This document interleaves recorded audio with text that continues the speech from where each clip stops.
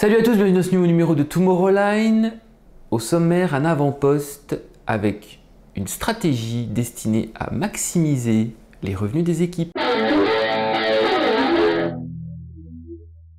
Alors que le débat sur le nombre des courses dès 2013 est en cours de discussion, avec aussi une particularité, c'est justement ce problème entre ces courses qui augmentent dans le calendrier et la réduction des coûts.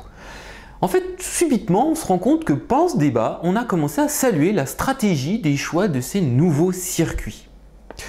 En effet, après une décennie en Europe, dernièrement tournée vers l'Asie, il semblerait que maintenant, la stratégie des BRIC est saluée ouvertement par tous les patrons d'équipes en Formule 1. En fait, c'est une bonne chose pour les équipes et surtout leur département marketing.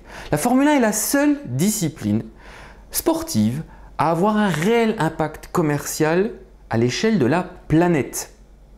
Les nouveaux pays semblent tout simplement être un pare-feu à la crise de ce qui se passe en Europe. Donc après les critiques sur le nombre justement de ces circuits, je rappelle qu'il y aura l'Argentine en 2013, qu'en 2014 il y aura la Russie, que New Jersey arrivera aussi en 2013, donc énormément de circuits vont arriver.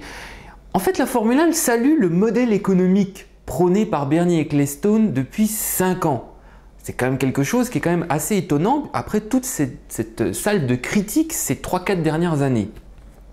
Ce qui est intéressant parce que c'est une stratégie à moyen terme, mais quid de la suite? En fait, la Formule 1 réagit à l'heure d'aujourd'hui comme une entreprise, comme si elle était cotée en bourse déjà. Je vous rappelle, ça sera le cas d'ici septembre-octobre. Donc ça veut dire que ce sera une stratégie à court, voire moyen terme, mais le succès de la Formule 1 est principalement cette vision à long terme de Bernie Ecclestone sur les choses et cette adaptation par rapport au monde qui l'entoure. La Formule 1 confirme surtout qu'elle est en train de devenir une plateforme commerciale et cette mutation sera observée de près à l'avenir. Voilà, je vous laisse la Formule 1 pas tout à fait dans le même état qu'on l'a trouvé. Je vous donne rendez-vous au prochain Grand Prix qui sera le Grand Prix d'Angleterre. Salut à tous!